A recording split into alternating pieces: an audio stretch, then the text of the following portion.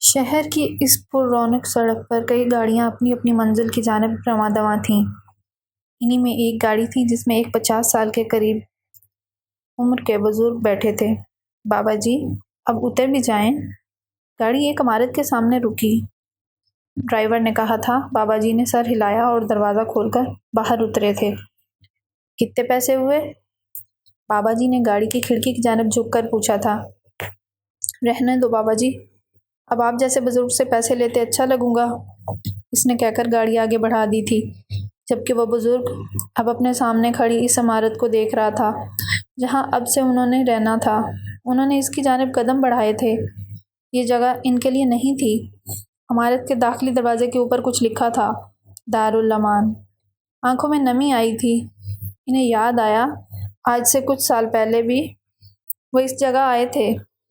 مجھے یہاں مت چھوڑو بیٹا، میں یہاں کیسے رہوں گی؟ وہ ان کی ماں تھیں جو رو رو کر ان سے فریاد کر رہی تھیں۔ امی جان، آپ سمجھ نہیں رہی ہیں بات کو۔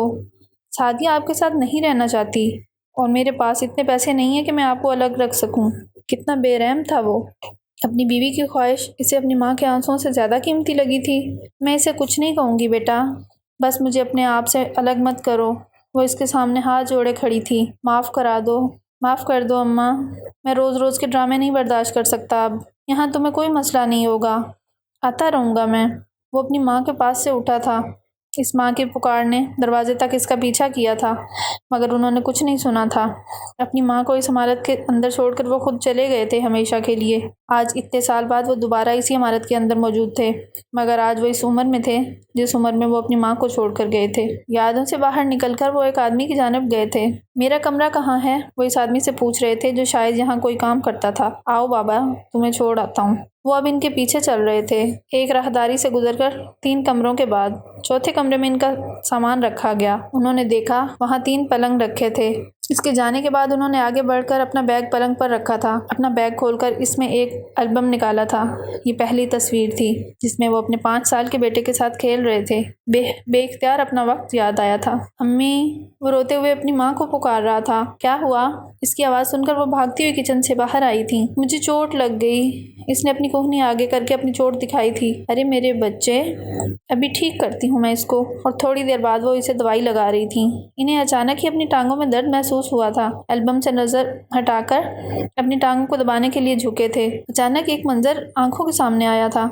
وہ پانی لینے کے لیے کچن میں آئے تھے۔ ٹانگوں میں شدید درد کی وجہ سے چلنا دشوار ہو رہا تھا۔ پانی کا گلاس لے کر وہ پلٹے تھے کہ پاؤں نیچے رکھی چوکی سے ٹکرایا تھا۔ گلاس ٹوٹنے کی آواز پر بہو کچن میں آئی تھی۔ یہ کیا کر دیا آپ نے؟ میرا نیا ڈنر سیٹ تھا یہ۔ بہو نے فوراً چلانا شروع کر دیا تھا۔ کمرے میں بیٹھا بیٹا بھی باہر آ گیا۔ کیا ہوا ہے؟ وہ بیوی کو چلاتے دیکھ کر پوچھ رہا تھا۔ میرا نیا سیٹ تھا، یہ دیکھو بابا نے توڑ دیا۔ وہ جو درد کی شدت کی وجہ سے خاموش کھڑے تھے، ان پر بیٹے نے ایک وسیلی نگاہ ان پر ڈالی تھی۔ بابا، کتنی بار کہا ہے آپ اپنے کمرے میں رہا کریں؟ کیوں آئے تھے آپ یہاں؟ وہ اب اپنے اس بوڑھے باپ پر چلا رہا تھا۔ پانی لینے آیا تھا، ایک کمزور آواز نکلی تھی۔ ارے تو انتظار کر لیتے، لے آتی میں پانی، مگر نہیں، انہیں تو شوق ہے چیزیں توڑنے کا۔ بہو بیگم کی طرف سے جواب آیا تھا، جس پر بیٹے نے نفی میں سر ہلایا تھا۔ چلے اندر آپ۔ بیٹے کے حکم پر وہ اپنے کمرے میں واپس آ گئے تھے۔ کھانا لینے آ جاؤ، اچانک ہی ایک آدمی نے آ کر کہا تھا، جس کی آواز انہیں حال میں واپس لے آئی تھی۔ اپنی ٹانگوں کا درد برداشت کرتے وہ کھانا لینے کے لیے پہنچے تھے، جہاں ان میں کئی لوگ موجود تھے۔ روٹی توڑ کر ایک نوالا منہ میں ڈالا تھا کہ مسوڑوں میں شدید درد کی وجہ سے وہ سخت روٹی نہیں کھا پا رہے تھے۔ درد کی شدت پر آنکھوں سے آنسو نکل رہے تھے۔ اچانک ہی انہیں اپنی ماں یاد آئی تھی۔ وہ دونوں میاں بیوی ہوٹل سے کھانا کھا کر گھر آئے تھے۔ صحن میں رکھی چارپائی پر بیٹھی ان کی ماں نے بہو سے روٹی بنانے کے لیے کہا تھا۔ اماں، روٹی بنا کر تو گئی تھی میں۔ بیگم نے اماں کے سامنے کھڑے کھڑے ہی جواب دے دیا۔ مسوڑوں میں درد ہے بہت، سخت روٹی نہیں کھائی جاتی، مجھے تازہ نرم روٹی بنا کر دے دو۔ اماں کی بات پر بیگم کے تاثرات ہی بدل گئے تھے۔ دیکھ رہے ہیں آپ، میں ابھی باہر سے تھک کر آئی ہوں اور اب آپ کی ماں کو تازہ روٹیاں کھانی ہیں۔ بیگم کا رخ اب ان کی طرف مڑا تھا۔ اماں، کیا ہو گیا ہے؟ اب اتنی بھی سخت روٹی نہیں ہے کہ کھائی نہ جائے۔ اس کی بات سن کر ماں چپ ہو گئی تھی۔ اسے یاد آیا اس دن اماں نے بھی سخت روٹی کھائی تھی، انہیں بھی اتنا ہی درد ہوا ہوگا۔ کئی آنسو تھے جو آنکھوں سے باہر نکل آئے۔ کھانا کھا لینے کے بعد وہ باہر لان کی جانب آئے تھے۔ ایک بینچ پر بیٹھ کر انہوں نے وہ البم دوبارہ کھولا تھا۔ وہ ان کے بیٹے اور بہو کی تصویر تھی۔ وہ اپنے بیٹے کی پسند سے ہی بہو لائے تھے۔ بیٹے کی ہر خواہش پوری کرنا تو جیسے انہیں مطمئن کر دیتا تھا۔ انہیں یاد آیا آج سے 1 ہفتے پہلے جب بدلتے موسم کی وجہ سے ان کا گلا خراب اور بخار ہوا تھا تو بہو نے انہیں ایک دوائی گھر سے ہی لا کر دے دی تھی، مگر اس سے آرام نہیں آیا تھا اور بیٹے کے پاس اتنا وقت نہیں تھا کہ وہ انہیں ڈاکٹر کے پاس لے جاتا۔ اس رات کھانسی کی شدت میں اضافہ ہوا تھا۔ وہ باہر سین میں رکھی چارپائی پر لیٹے تھے، بہو اور بیٹا اپنے کمرے میں تھے جب اچانک ہی انہیں کھانسی شروع ہوئی تھی۔ مسلسل کھانسنے کی وجہ سے انہیں سانس لینے میں بھی دشواری ہو رہی تھی۔ اوفو، کیا مسئلہ ہے؟ کیوں اتنا شور کر رہے ہیں؟ سکون سے سو بھی نہیں سکتا کوئی یہاں؟ یہ ان کا بیٹا تھا جو کمرے سے باہر نکل کر چلایا تھا، کھانسی ہے بہت، مجھے پانی دے دو۔ اپنی کھانسی کے درمیان بہت مشکل سے یہ لفظ ادا کیے تھے۔ آپ بھی نہ بابا، کھانسی تھی تو کوئی دوائی پی لیتے، ضروری تھا کہ پوری رات کھانس کر دوسروں کی نیند خراب کرنا؟ پانی کا گلاس دیتے ہوئے اس نے کہا تھا۔ بہو نے دی تھی دوائی مگر اثر نہیں ہوا۔ پانی پینے کے بعد انہوں نے جواب دیا تھا، تو ڈاکٹر کے پاس چلے جاتے، یہیں پاس میں ہی تو ہے، وہ اسی اکتائے ہوئے لہجے میں کہہ رہا تھا۔ ٹانگوں میں بھی درد ہے بہت، انہوں نے ایک اور مجبوری بیان کی تھی۔ تو اس کے لیے بھی لے لیتے دوائی؟ میرے پاس اتنا ٹائم تھوڑی ہوتا ہے کہ میں کام سے آ کر ڈاکٹروں کے چکر لگاؤں۔ سکون سے سو جائیں اب پلیز، وہ کہہ کر اپنے کمرے میں واپس جا چکا تھا، جبکہ وہ وہیں بیٹھے اس وقت کو یاد کر رہے تھے جب ان کی اماں بھی اسی طرح بیمار ہوئی تھی۔ وہ اس وقت کام سے تھکا ہارا گھر آیا تھا جب اماں چارپائی میں لیٹی تھیں۔ کیا ہوا امی آپ کو؟ ان کے چہرے کے تاثرات دیکھ کر اس نے پوچھا تھا۔ بدن میں درد اور بخار ہے بہت، امی نے کمزور آواز میں جواب دیا تھا۔ تو کوئی دوائی لے لیتی نا؟ لی تھی دوائی، ڈاکٹر کے پاس جانا ہوگا، مگر ابھی تو ہم نے امی کی طرف جانا ہے، بہو بیگم کی جانب سے جواب آیا تھا۔ ہاں، میں آ کر آپ کو لے جاؤں گا اماں، وہ کہہ کر کھڑا ہوا تھا۔ امی سے جواب لینے کی ضرورت محسوس نہیں ہوئی تھی۔ اس کے بعد جانے کتنے دن تک وہ بخار میں تپتی رہی تھی، مگر اس کے پاس اتنا وقت نہیں تھا کہ وہ انہیں ڈاکٹر کے پاس لے جانے پھر وہ کیسے ٹھیک ہوئی تھی؟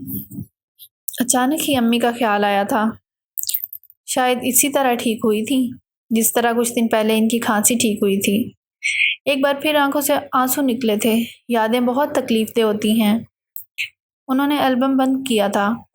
یہ آج صبح کا ہی تو منظر تھا جو انہیں یاد آیا تھا۔ وہ اپنی چارپائی پر بیٹھے تھے جب بیٹا اور بہو ان کے پاس آئے تھے۔ آپ سے بات کرنی ہے ابا، ان کے سامنے رکھی کرسی پر بیٹھتے ہوئے بیٹے نے ان سے کہا تھا۔ بولو۔ میرا ٹرانسفر دوسرے شہر میں ہو گیا ہے، ہم دونوں کل وہاں جا رہے ہیں۔ بیٹے کی بات پر وہ چونکے تھے۔ اور میں؟ دیکھو ابا، مجھے ابھی نوکری ملی ہے، شروع میں ہی بہت خرچے ہوتے ہیں، اس لیے آپ کو ساتھ نہیں لے جا سکتا میں، اس لیے میں نے اور سعدیہ نے یہ سوچا ہے کہ آپ کو یہیں رہنا ہوگا۔ یہ ان کا وہی بیٹا تھا جس کی ہر خواہش پوری کرنے کے لیے اپنی خواہشیں